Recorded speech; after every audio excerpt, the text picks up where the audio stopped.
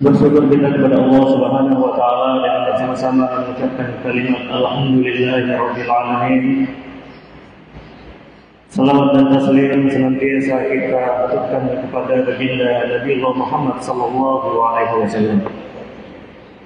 Jemaah subuh yang dimuliakan oleh Allah Subhanahu wa taala, insyaallah di pengajian subuh hari ini kita akan mendengarkan tausiah dari Ustaz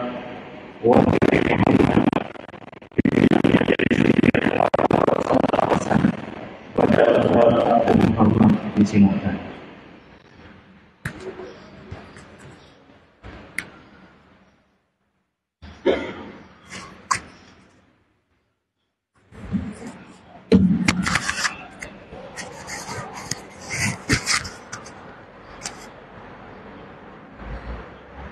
Bismillahirrahmanirrahim. Assalamualaikum warahmatullahi wabarakatuh. Alhamdulillahi rabbil alamin. Summa alhamdulillahi rabbil alamin. Hadana lihadza wa ma kunna linahtadiya laula an hadana Allah.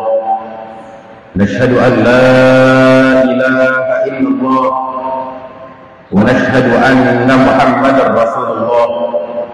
Allahumma salli wa sallim ala sayyidina Muhammad miftah bab rahmatillah adada ma fi 'indillah, salatan wa salaman daimain bidawami mulkillah wa ala alihi wa sahbihi wa baraka wa sallim, amma ba'd.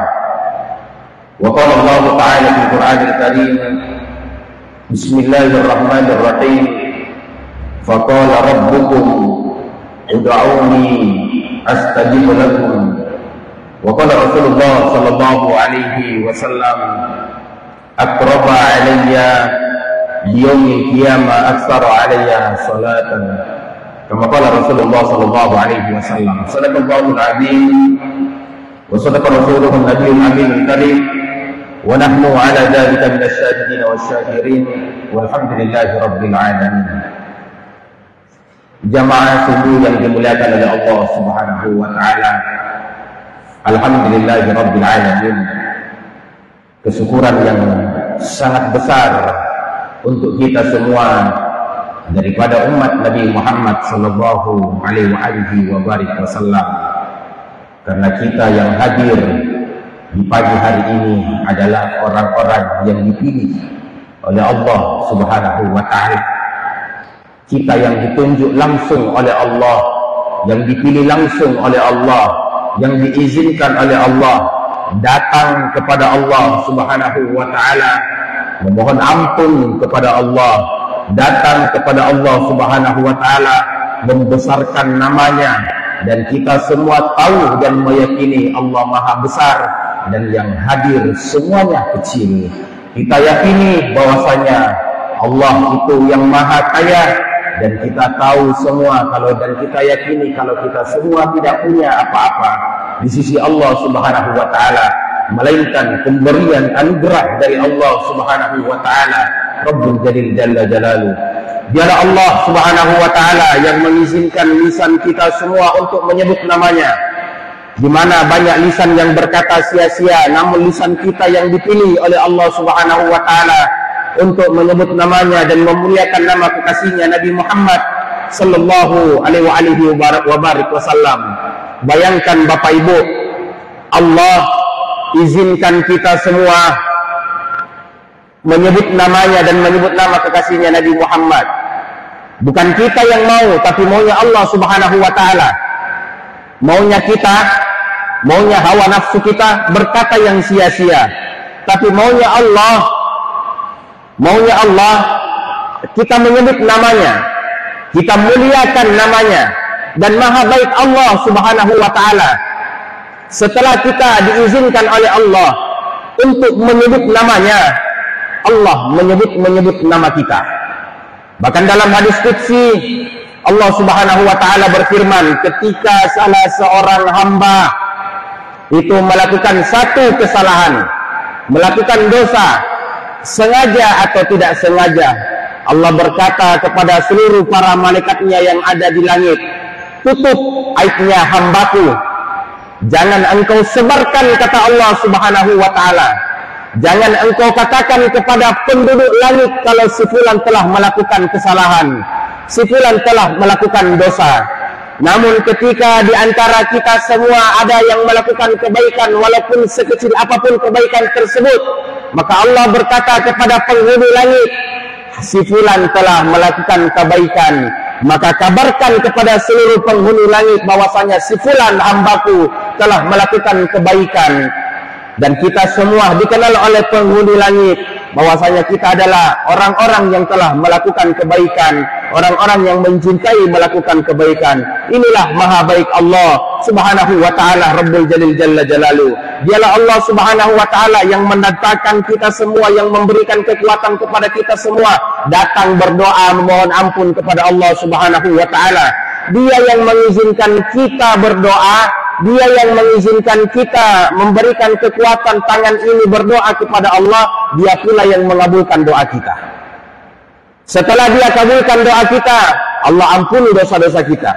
Apa yang kita minta dikabulkan oleh Allah Subhanahu wa ta'ala. Maha baik Allah Subhanahu wa ta'ala. Padahal Bapak Ibu, wallahi, yang hadir semua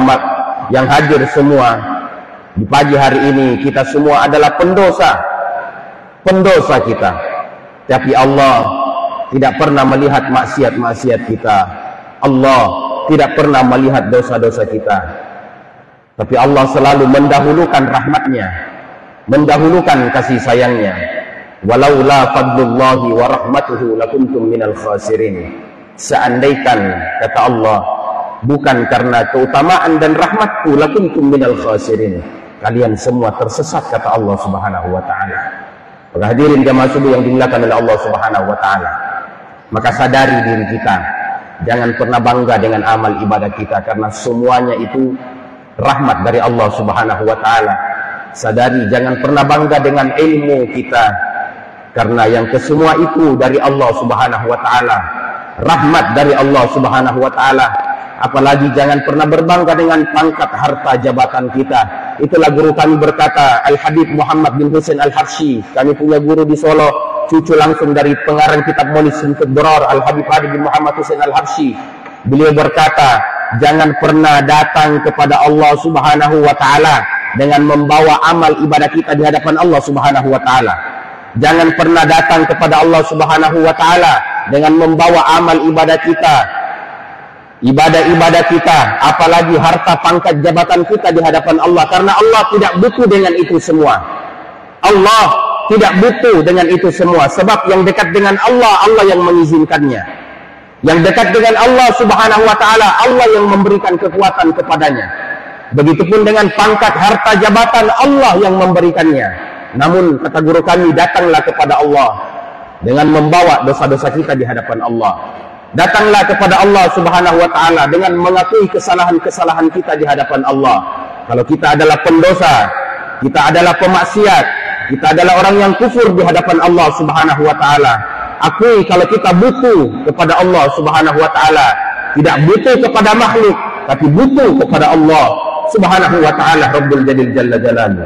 Hadirin jamaah subuh yang dimuliakan oleh Allah, salawat dan salam kita aturkan kepada junjungan baginda Rasulullah sallallahu alaihi wa barik wasallam. Allahumma salli wa sallim wa barik alaihi. Kata Nabi, man shalla alayya salatan wahida sallallahu alaihi asyara.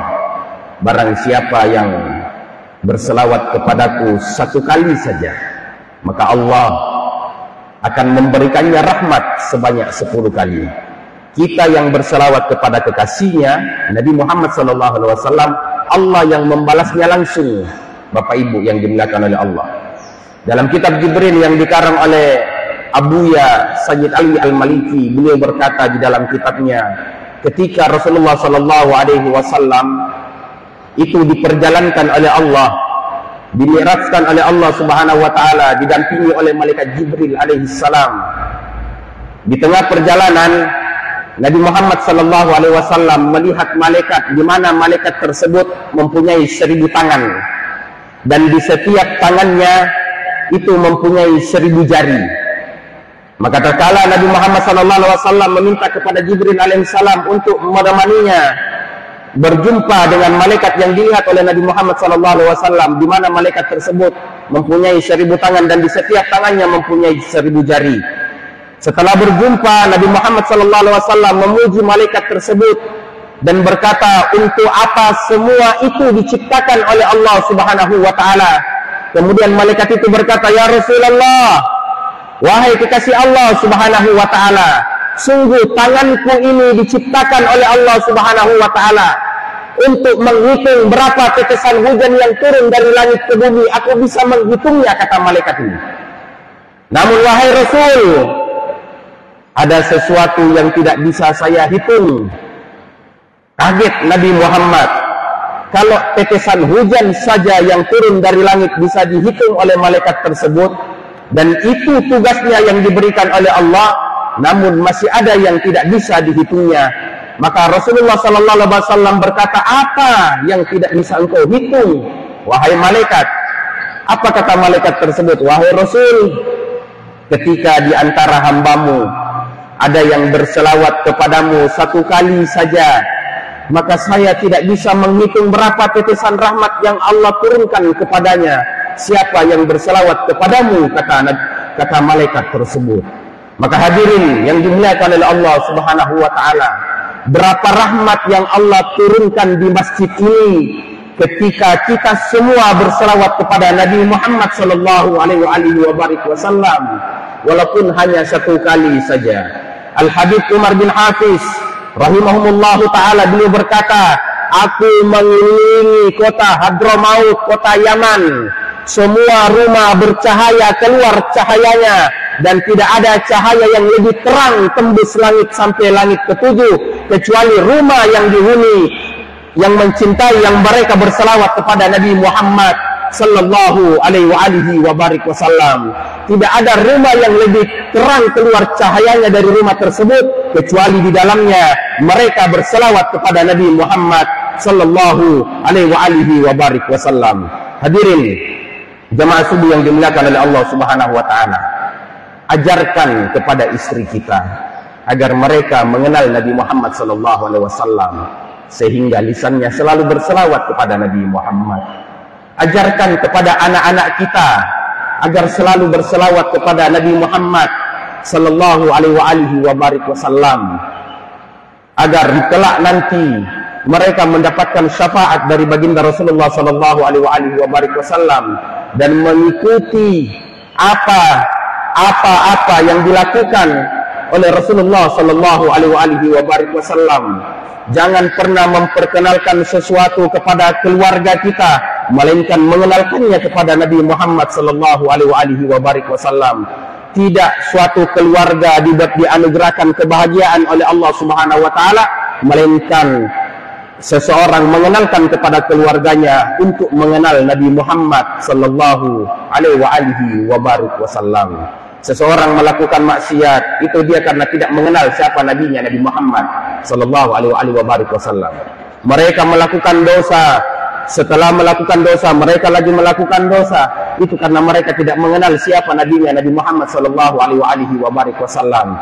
Seseorang yang diuji oleh Allah, kemudian yang diuji tersebut lari kepada manusia, lari kepada tetangganya. Bapak Ibu, berapa banyak manusia yang diuji oleh Allah, diberikan ujian, diberikan musibah. Maksud daripada Allah memberikan ujian kepadanya, maksud daripada Allah memberikan musibah kepadanya agar mereka kembali kepada Allah Subhanahu wa Ta'ala. Karena mereka tidak mengenal Nabi Muhammad sallallahu alaihi wasallam, maka ketika mereka diberikan ujian oleh Allah, diberikan musibah oleh Allah Subhanahu wa Ta'ala, larinya kepada tetangganya, larinya kepada sahabat-sahabatnya, larinya, ya, bahkan ada lari ke sosmed, menulis, ya, status di sosmed kalau dia punya masalah, menulis status di sosmed kalau dia punya musibah. Na'udzubillah min dzalik, tsumma na'udzubillah. Maka hadirin yang dimuliakan oleh Allah Subhanahu wa Ta'ala, perkenalkan Nabi Muhammad sallallahu alaihi wasallam di dalam rumah tangga kita agar mereka semua orang-orang yang kita cintai bisa dekat dengan Allah Subhanahu wa Ta'ala. Tidak ada jembatan yang lebih baik mengenal Allah sampai kepada Allah Subhanahu wa taala kecuali jembatan melalui Nabi Muhammad sallallahu alaihi wasallam. Hadirin yang dimuliakan oleh Allah, di awal ceramah kami membaca ayat, berdoalah kalian, mintalah kepadaku, faqala rabbukum ud'uni astajib lakum, mintalah kepadaku akan kukabulkan, kata Allah. Guru kami berkata, Al-Habib Abdurrahman As-Sagaf Bahlega, wallahu yarham, mudah-mudahan Allah merahmati guru-guru kami. Beliau berkata, satu harapan kita di dunia ini, cuma satu saja, tidak ada harapan lain selain yang satu ini, yaitu datang dan berdoa kepada Allah Subhanahu wa ta'ala. Cuma itu saja. Selebihnya jangan pernah mengharapkan sesuatu diterima atau tidak diterima oleh Allah Subhanahu wa ta'ala. Satu-satunya harapan kita ketika diizinkan oleh Allah Subhanahu wa ta'ala datang dan berdoa kepada Allah Subhanahu wa ta'ala. Makanya Sayyidina Umar bin Al-Khattab radhiyallahu anhu, beliau berkata, saya tidak khawatir doaku dikabulkan atau tidak dikabulkan, kata Sayyidina Umar. Saya tidak khawatir doaku dikabulkan atau tidak dikabulkan ketika aku berdoa kepada Allah. Yang saya khawatirkan, kata Sayyidina Umar bin Al-Khattab, ketika aku tidak diizinkan oleh Allah Subhanahu wa ta'ala datang kepada Allah dan berdoa kepada Allah Subhanahu wa ta'ala. Itu yang saya khawatirkan. Kalau persoalan berdoa, kita bersyukur karena kita diizinkan oleh Allah. Yang jadi masalah adalah kita tidak mau berdoa kepada Allah, tidak mau datang kepada Allah, tidak lagi mengandalkan Allah, tidak lagi datang meminta kepada Allah, tidak lagi datang mengemis-mengemis di hadapan Allah Subhanahu wa ta'ala. Maka harapan kita di dunia ini hanya satu, datang dan berdoa kepada Allah Subhanahu wa ta'ala. Di akhirat, kata guru kami, cuma satu saja harapan kita. Satu saja harapan kita. Jangan mengharapkan amal ibadah kita. Jangan bangga dengan sujud kita di hadapan Allah nanti.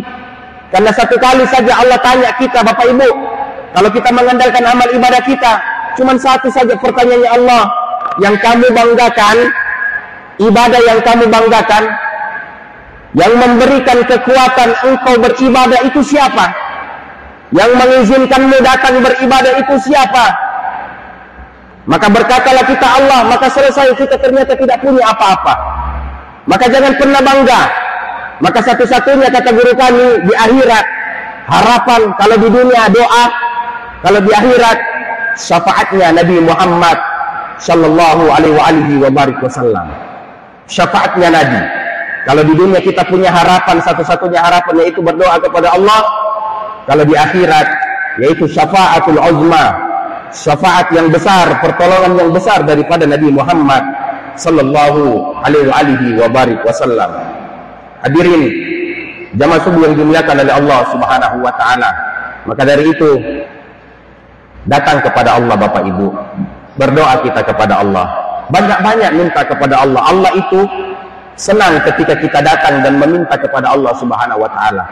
Sekalipun yang kita minta itu berulang-ulang. Yang kita minta berulang-ulang, minta kepada Allah. Ya, apapun yang kita minta, mau kita minta dunia, minta kepada Allah. Gampang bagi Allah. Saya itu selalu bilang sama teman-teman di majelis zikir, ya, jangankan dunia Allah kasih, jangankan kekayaan di dunia ini yang kita berkeringat-keringat kejarnya, ya, yang kita sedikit meluangkan waktu untuk keluarga hanya untuk dunia saja. Jangankan itu diberikan Allah, surga Allah kasih ketika kita meminta kepada Allah Subhanahu wa ta'ala. Surga kita Allah kasih, apalagi dunia yang kecil ini. Dunia yang kecil ini. Maka hadir yang dimuliakan oleh Allah Subhanahu wa ta'ala, guru kami berkata, tidak ada ruginya orang yang berdoa. Ya, sebab 4 kategori dikabulkan doanya oleh Allah Subhanahu wa ta'ala. Yang pertama, kata guru kami, ada orang yang datang berdoa kepada Allah, Bapak Ibu. Mereka berdoa kepada Allah. Setelah berdoa, doanya langsung diijabah oleh Allah Subhanahu wa ta'ala. Dia datang berdoa kepada Allah. Setelah berdoa, doanya langsung diijabah oleh Allah. Subhanallah.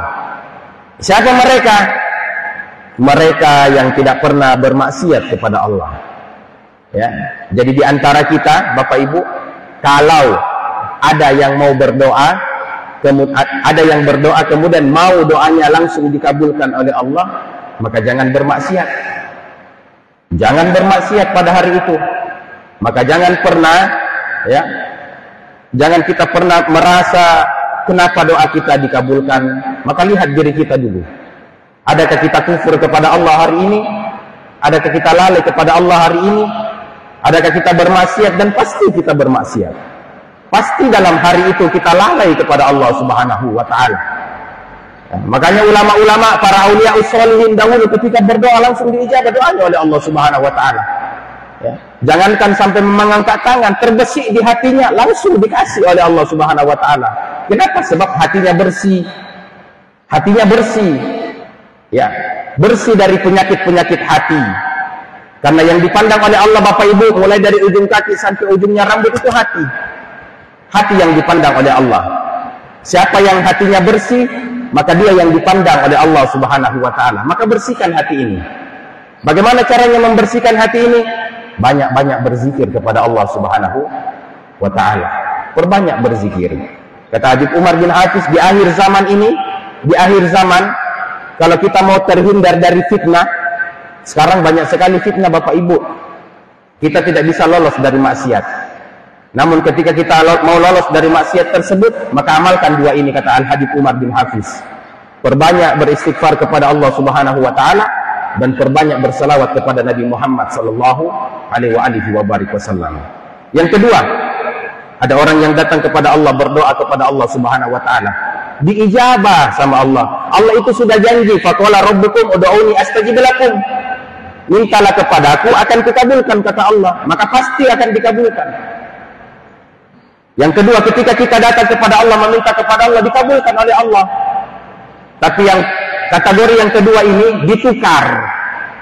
Mungkin di Lauhul Mahfuz Allah telah menetapkan di satu hari ini, na'udzubillah min dzalik, summa na'udzubillah, kita mendapatkan keburukan, atau ada keluarga kita keburukan yang akan menimpanya. Namun di subuh hari ini kita berdoa kepada Allah, dikabulkan. Namun doa yang dikabulkan tersebut ditukar dengan musibah yang mau datang kepada kita. Musibah yang buruk yang mau datang kepada diri kita, yang mau datang ke keluarga kita, istri anak kita, ditukar oleh Allah Subhanahu wa ta'ala. Maka dikabulkan oleh Allah Subhanahu wa ta'ala. Tidak terjadi keburukan pada diri kita pada saat itu, karena doa kita telah dikabulkan oleh Allah pada hari itu. Yang ketiga, ada orang yang berdoa kepada Allah, tapi Allah melihatnya. Ya, tidak langsung dikabulkan oleh Allah. Allah melihatnya. Wa makaru wa makarallah wallahu khairul makirin. Kita semua punya rencana, tapi Allah sebaik-baik perencanaan. Kenapa doa kita belum dikabulkan? Ya, mungkin kita belum cukup, ya, belum mampu untuk memikul apa yang kita minta di hadapan Allah Subhanahu wa ta'ala. Maka Allah didik kita dengan pendidikan yang sebaik-baiknya. Allah didik kita dengan pendidikan, mungkin kita diuji sampai mental kita kuat, diuji lagi oleh Allah Subhanahu wa ta'ala, diuji terus sampai kita bisa menerima apa yang kita minta kepada Allah Subhanahu wa ta'ala. Sehingga pada saat itu, ketika kita sudah mampu menerimanya, apa yang kita minta kepada Allah Subhanahu wa ta'ala, maka dikabulkanlah doa tersebut oleh Allah Subhanahu wa ta'ala, Rabbul Jalil Jalla Jalaluh. Subhanallah. Jadi Bapak Ibu, rugi kita ini, ya, rugi kita. Kita diberikan kesehatan oleh Allah, ya, dikasih kesempatan oleh Allah. Bisa kita ini angkat tangan berdoa kepada Allah, minta sama Allah. Jangan terburu-buru, ya. Apalagi di akhir zaman ini kita melihat banyak setelah sholat langsung berdiri, ya, mengejar urusan dunianya. Seakan-akan urusan dunianya itu akan meninggalkannya, padahal sudah ditetapkan oleh Allah Subhanahu wa ta'ala, ya. Padahal diberikan kesempatan oleh Allah Subhanahu wa ta'ala. Maka duduklah dulu sebentar dan berdoa kepada Allah Subhanahu wa ta'ala. Yang terakhir, ada orang yang berdoa kepada Allah Subhanahu wa ta'ala, tidak dikabulkan pada hari itu, tidak juga ditukar, dan tidak pula dipending oleh Allah Subhanahu wa ta'ala, melainkan Allah menyimpannya nanti di akhirat. Allah menyimpannya di akhirat. Kenapa disimpan di akhirat, Bapak Ibu? Karena Allah yang maha tahu kalau kita ini malas ibadah, makanya Allah simpan untuk kebutuhan kita nanti di akhirat. Allah tahu kalau kita ini pendosa, Allah tahu kalau kita ini pemaksiat, dan kita butuh nanti doa kita yang akan menyelamatkan kita nanti di akhirat. Makanya Allah simpan. Makanya kata Imam Al-Ghazali rahimahullah ta'ala hujjatul Islam, beliau berkata, sekiranya aku mengetahui doaku ini lebih penting disimpan di akhirat, maka aku meminta kepada Allah agar kiranya doaku tidak ada yang dikabulkan di dunia, dan aku akan menyimpannya di akhirat karena itu lebih penting, kata Sayyidina Imam Al-Ghazali rahimahullah ta'ala. Hadir yang dimuliakan oleh Allah Subhanahu wa ta'ala, Bapak Ibu, ini amalan dari guru kami, silakan diamalkan. Amalan akhir zaman dari Al-Habib Muhammad bin Husain Al-Habsyi. Siapa yang membacanya, kata guru kami, maka 100 hajatnya akan dikabulkan oleh Allah, 70-nya disimpan di akhirat dan 30-nya dikabulkan di dunia. Sebagaimana Rasulullah SAW bersabda, siapa yang membaca Bismillahirrahmanirrahim, Innallaha wa malaikatahu yusalluna 'alan nabi ya ayyuhalladzina amanu sallu alaihi wa sallimu taslima. Setelah itu dibaca Allahumma salli alaihi, Allahumma salli alaihi, Allahumma salli alaihi, Allahumma salli alaihi. Siapa yang membacanya 100 kali setelah membaca innallaha wa malaikatahu yusalluna 'alan nabi, maka 100 hajatnya akan dikabulkan oleh Allah Subhanahu wa taala, 70-nya disimpan di akhirat dan 30-nya dikabulkan di dunia.